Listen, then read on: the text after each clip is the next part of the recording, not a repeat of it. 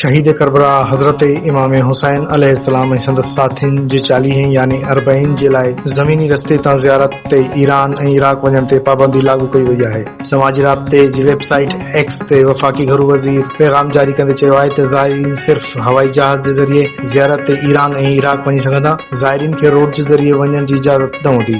घरू वज़ीर ॿुधायो त इहो फ़ैसिलो अवामी तहफ़्फ़ुज़ ऐं क़ौमी सलामती खे नज़र में रखंदे कयो वियो आहे। पाबंदी जो फ़ैसिलो परॾेही वज़ारत बलोचिस्तान ऐं सिक्योरिटी इदारनि सां मुशावरत खां पोइ कयो वियो आहे। मोहसिन नक़वी चयो त ज़ाइरीन फ़िज़ाई सफ़र जे ज़रिए ज़ियारत ते वञी सघंदा। वज़ीर आज़म शहबाज शरीफ़ जी हिदायत ते फ़िज़ाई उॾामनि में इज़ाफ़ो कयो वेंदो।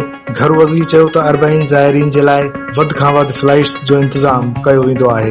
असां हिकु भेरो ॿीहर ॿुधाईंदा हलूं त शहीद करबला हज़रत इमाम हुसैन अलैहिस्सलाम ऐं संदसि साथियुनि जे 40 यानी 40 जे लाइ ज़मीनी रस्ते तां ज़ियारत ते ईरान ऐं इराक वञण ते पाबंदी लागू कई वई आहे। समाजी राब्ते जी वेबसाइट एक्स ते वफ़ाक़ी घरू वज़ीर पैगाम जारी कंदे चयो आहे त ज़ाइरीन सिर्फ़ हवाई जहाज़ जे ज़रिए ज़ियारत ते ईरान ऐं इराक वञी सघंदा। ज़ाइरीन खे रोड जे ज़रिए वञण जी इजाज़त न हूंदी।